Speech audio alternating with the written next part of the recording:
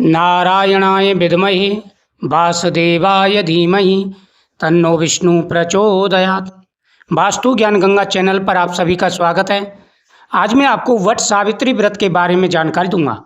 वट सावित्री का व्रत कब का रहने वाला है, किस दिन यह व्रत रखना है और पूजा की विधि क्या है, पूरी जानकारी आपको इस वीडियो के माध्यम से प्राप्त होगी। वट सावित्री व्रत 2026 में कब है? यह व्रत करवा चौथ की तरह ही रखा जाता है। करवा चौथ में जिस प्रकार से महिलाएं पति की लंबी उम्र के लिए, सुख समृद्धि के लिए व्रत रखती हैं, उसी प्रकार से यह व्रत भी होता है जो वट सावित्री का व्रत होता है।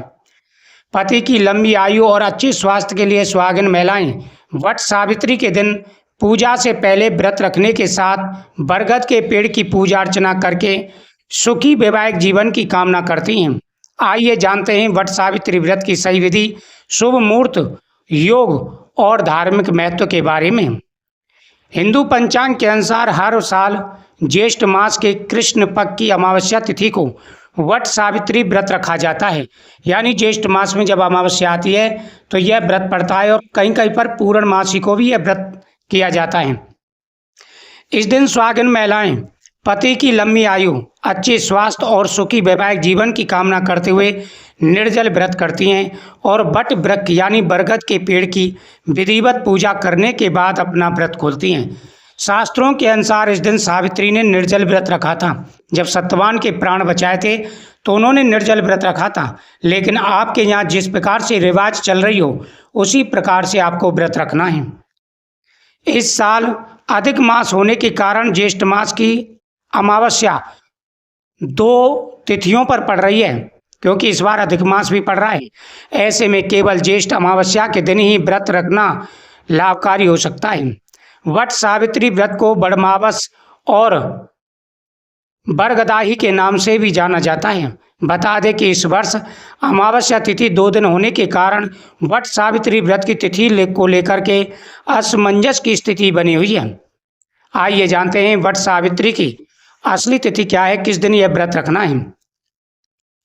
16 मई को अमावस्या 5:11 से प्रारंभ हो जाएगी, यानी सुबह के 5:11 से, और 17 तारीख को दोपहर को उस दिन एक प्रतिपदा रहेगी और 17 तारीख की सुबह ही 1:30 पर यह तिथि समाप्त हो जाएगी। तो इस प्रकार से सूर्योदय के हिसाब से यह व्रत 16 तारीख का शनिवार का रखा जाएगा। इस दिन शनि अमावस्या भी रहेगी। वट सावित्री व्रत पर पूजा के लिए सबसे उत्तम समय सुबह 7:12 से लेकर 8:24 तक का रहेगा। उसके अलावा अभिजित मुहूर्त दोपहर 11:50 से लेकर के 12:45 तक रहेगा। ब्रह्म मुहूर्त सुबह 4:07 से लेकर 4:48 तक रहेगा। विजय मुहूर्त दोपहर 2:04 से लेकर के 3:28 तक रहेगा। गोधूली मुहूर्त 7:04 से लेकर 7:25 तक रहेगा। तो ये मुहूर्तें हैं और इन मुहूर्तों में आप पूजा करें, कथा सुने, आपकी मनोकामना पूरी होगी। इस साल वट सावित्री व्रत पर शनि जयंती के साथ सौभाग्य योग और शोभन योग का निर्माण हो रहा है। इसके अलावा ग्रहों की स्थिति के कारण बुद्धादित्य, नवपंचक, गजलक्ष्मी, विपरीत राजयोग जैसे राजयोगों का निर्माण हो रहा है। इस दिन सभी कामों से निवृत्त होकर स्नान कर लें और साफ वस्त्र धारण करें। इसके बाद आटे की 14 पूड़ी और थोड़े गुड़ और आटे के गुलगुले बना लें। इसके साथ ही भिगोए हुए चावल को पीस लें। इसके बाद पूजा की थाली सजा लें। अब स्वयं 16 श्रृंगार करके बरगद के पेड़ की पूजा करने के लिए जाएं। वट वृक्ष में जल अर्पित करें और फिर फूल माला, सिंदूर, अक्षत, मिठाई, खरबूज, सेब आदि अन्य मिठाई और फल 14 पूड़ी लेकर के हर एक पूड़ी में 2 भिगे हुए चने और आटा गुड़ के बने हुए गुलगुले रखें और इसे बरगद की जड़ में रख दें। उस समय आप अपनी प्रार्थना जरूर बोलते जाएं। इसके साथ ही बांस का पंखा रख दें और फिर जल अर्पित करें। अब घी का दीपक और धूप जला लें। इसके बाद सफ़ेद सूत का धागा या फिर सफ़ेद नॉर्मल धागा, कलावा आदि लेकर वट वृक्ष के चारों ओर परिक्रमा करते हुए 5 से 7 बार अपनी श्रद्धा के अनुसार परिक्रमा दें और बांधें। इसके बाद बचा हुआ धागा वहीं पर छोड़ दें। अब व्रत कथा सुने। सुनते समय हाथों में भिगे हुए चने लें। कथा श्रद्धा अनुसार पूरी सुने और कथा सुनते समय आप अपनी प्रार्थना बोलें। सुहागिन महिलाएं माता पार्वती और सावित्री को चढ़ाए गए सिंदूर को 3 बार लेकर अपनी मांग में भर लें। फिर विधिवत आरती करके भूल चूक के लिए क्षमा मांगें। मंत्रहीनम क्रियाहीनम भक्तिहीनम सुरेश्वरी यद पूजतम मया देवम परिपूर्णम परमेश्वरी। हे मातेश्वरी, हम पूजा पाठ विधि कुछ नहीं जानते, हमारी पूजा को स्वीकार करें। लेकिन सिंदूर वाला उपाय जरूर करना है। माता के सामने चढ़ाया गया सिंदूर अपनी मांग में जरूर भरें।